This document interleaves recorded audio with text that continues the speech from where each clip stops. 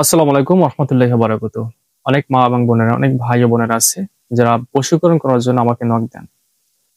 আসলে বশীকরণ বিষয়টা কিন্তু এত সহজ না। আবার বলছি, বশীকরণ করা খুবই সহজ। কিন্তু আপনাকে উপযুক্ত ব্যক্তি হতে হবে। আর এই বশীকরণগুলো কোথায় খাটাতে হবে? বৈধ কাজে। স্বামী চলে গেছে, এনে দেওয়া যাবে। স্ত্রী চলে গেছে, এনে দেওয়া যাবে। আপনার প্রেমিক চলে গেছে, এনে দেওয়া যাবে। আপনার প্রেমিকা চলে গেছে, এনে দেওয়া যাবে। কিন্তু শর্ত কি? দেখা গেছে আমাদের সমাজের ভিতরে এখন কিন্তু অবৈধভাবেই সম্পর্কগুলো গড়ে ওঠে। মিডিয়া থেকে শুরু করে এমন কোনো স্পট নেই যেখানে মানুষ কম বয়সী স্ত্রী রেখে পরকীয়া করে না। অনেকে স্বামী আছে চাকরি বাকরি করে, সেখানে তার কলিং এর সাথে আড্ডা মারে, ফিলিং মারে, চা খায়, কফি খায়, রেস্টুরেন্টে গিয়ে হাজার হাজার টাকা ইনকাম করে। ওই কলিংও দেখা যাচ্ছে স্যালারি ভালো, বসের বসকে তাবিজ কবজ করে বাধ্য করে। একটা পর্যায়ে করে কি, তার যে ঘরে স্ত্রী আছে তার ভিতরে বিশেষ সৃষ্টি করে ওই বসকে বাধ্য করে নেয়। অনেক সময় দেখা যায় যে অনেক প্রেমিকা আছে, ছেলেটাকে খুব ভালোবাসে, এখন ওই মেয়েটা ওই ছেলেটাকে ছেড়ে চলে গেছে। এখন ওই মেয়েটা ছেলেটাকে জিজ্ঞেস করছে না। ওই মেয়েটা ভালো চাকরিজীবী পেয়েছে বা স্বামী বিদেশ থাকে, ভালো জামাই খোঁজ পেয়েছে, এখন বিবাহ দেবে।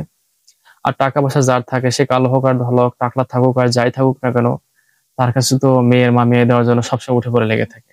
এটা তো আমাদের বাঙালিদের একটা অভ্যাস। কিন্তু ছেলে ভালো, ছেলে চরিত্রবান, এটা দেখে কিন্তু দেখে না। একটা পর্যায়ে যখন দেখা যায় যে ওই টাকাওয়ালা ছেলে মেয়েকে ছেঁকা দিয়ে তালাক দিয়ে দিয়েছে, মারধর করেছে, বাসা থেকে নামিয়ে দিয়েছে, তখন কি করে? কোর্টে দৌড়ায়। তখন সে যৌতুক মামলা দেয়, এত লক্ষ টাকা যৌতুক মামলা। এবং আমার কে ভরণ দেন, এই সে অনেক কিছু করতে করতে উকিলও টাকা খায়, বেশ ভালো।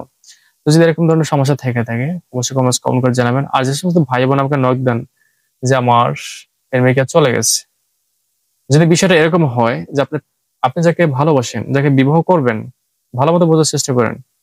যেমন আপনি একটা ছেলে, আপনি একটা মেয়ের সাথে সম্পর্ক করেন, আপনার পিতামাতা জানে ওই মেয়েকে আপনি আনবেন, এবং ওই মেয়ের পিতামাতাও জানে যে এই মেয়েকে আপনি বিবাহ করবেন, তারাও দিতে রাজি। এমন অবস্থা হঠাৎ করে যদি কেউ শত্রুতা করে ওই মেয়েকে ঘুরিয়ে অন্যদিকে নিয়ে যায়, সেটা হতে পারে ওই মেয়েকে অন্য একটা ছেলে পছন্দ করে, সেই বিষয়টা আমরা দেখবো, সেই বিষয়ে আমরা সেখানে তবদির করি।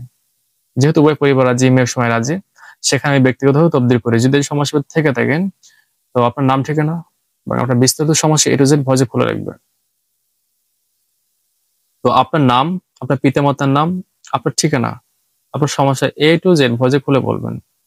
আর ফেক আইডি দ্বারা রিকোয়েস্ট দিলে তাহলে কিন্তু আমি এক্সপেক্ট করবো না।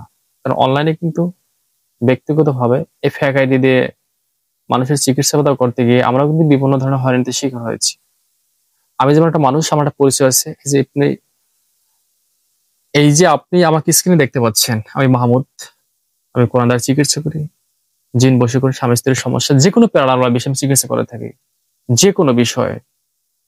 তবে সেটা বৈধ হতে হবে। আমার একটা যেমন পরিচয় আছে, আপনারও তো তোদের একটা পরিচয় আছে, তাই না? আপনি যে পরিচয় না দিয়ে ফেক আইডি, হুজুর আপনার নাম্বারটা দেন, কথা বলো, আমি তো আপনাকে নাম্বার দেবো না। আমার রোগীদেরকে তো আমি সময় দিতে পারি না, আপনাকে সময় দেব কখন? আপনি কে? আপনাকে আমি ঘন্টার পর ঘন্টা সময় দেবো? আপনার নাম দাম, আপনার পিতামাতার নাম, আপনার ঠিকানা, কোথা থেকে বলছেন, আপনার কি সমস্যা, A to Z ভয়েসের মধ্যে বিস্তারিতভাবে খুলে বলবেন। আমি আপনাকে সাথে সাথে রেসপন্স করবো এবং আপনার সমস্যায় মনোযোগ দিয়ে শুনবো। আপনি হঠাৎ করে এসে যদি বলেন সালাম নাই কালাম নাই, কোনো কিছু নাই, হুজুর আপনার নাম্বারটা দেন, কথা বলবো, আপনি কি অনলাইনের কি ওই লাল কবিরাজ মনে করছেন আমাকে? যে নাম্বার আপনাকে দিলাম আর আপনার সাথে সময় দিলাম,